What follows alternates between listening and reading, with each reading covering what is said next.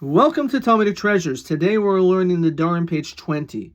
And here we find that the Talmud goes on a tangent discussing something far away from the concept of oaths and vows, specifically the conduct that a husband and wife should have toward one another while they are having marital relations.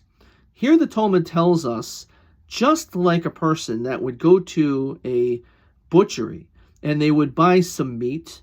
Now they can prepare that meat in any way that they want in the privacy of their own home.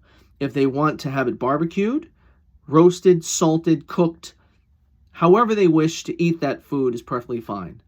And therefore the Talmud says, in a more hidden manner, this is also how a person can conduct oneself when they are with their spouse. However one wishes to conduct themselves, it is perfectly fine. And it doesn't make any difference in which way that person will have relations, just as long as it's done with mutual respect and it's done where both parties are consenting, then it's acceptable. However, the Talmud does give a list of things that you should not do. Namely, you should not have relations under certain circumstances.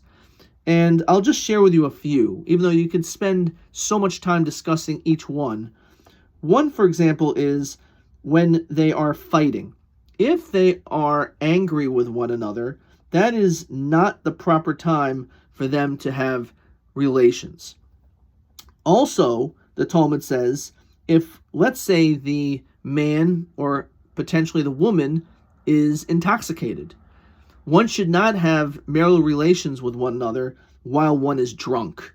And on this, the Ran explains, interestingly enough, because since you're drunk, you're not going to be really casting your mind and your attention on your wife. In other words, possibly we could understand this to mean that because you're so wrapped up in your state of being drunk, you're not going to be really responding or thinking about your wife's needs. And therefore, a person should not have relations in such a state. Furthermore, if let's say a person in their mind already is thinking, I'm planning on divorcing my wife, at that moment, one is no longer allowed to have relations with her. And therefore, again, it has to be at a time in which there is a mutual bond, a love between the two of them. The Talmud also tells us something very fascinating. Typically, a woman should not be vocal in asking to have relations with their spouse. However, it is considered to be a very great thing, and we learn this from our matriarch Leah, to show signs of enticing to your husband to get him interested in having relations with you. In other words, the Talmud here tells us that a woman should show signs of wanting to be intimate with their spouse. And not that it should be something like a chore or something in which they really don't want to do, but it's a sense of obligation.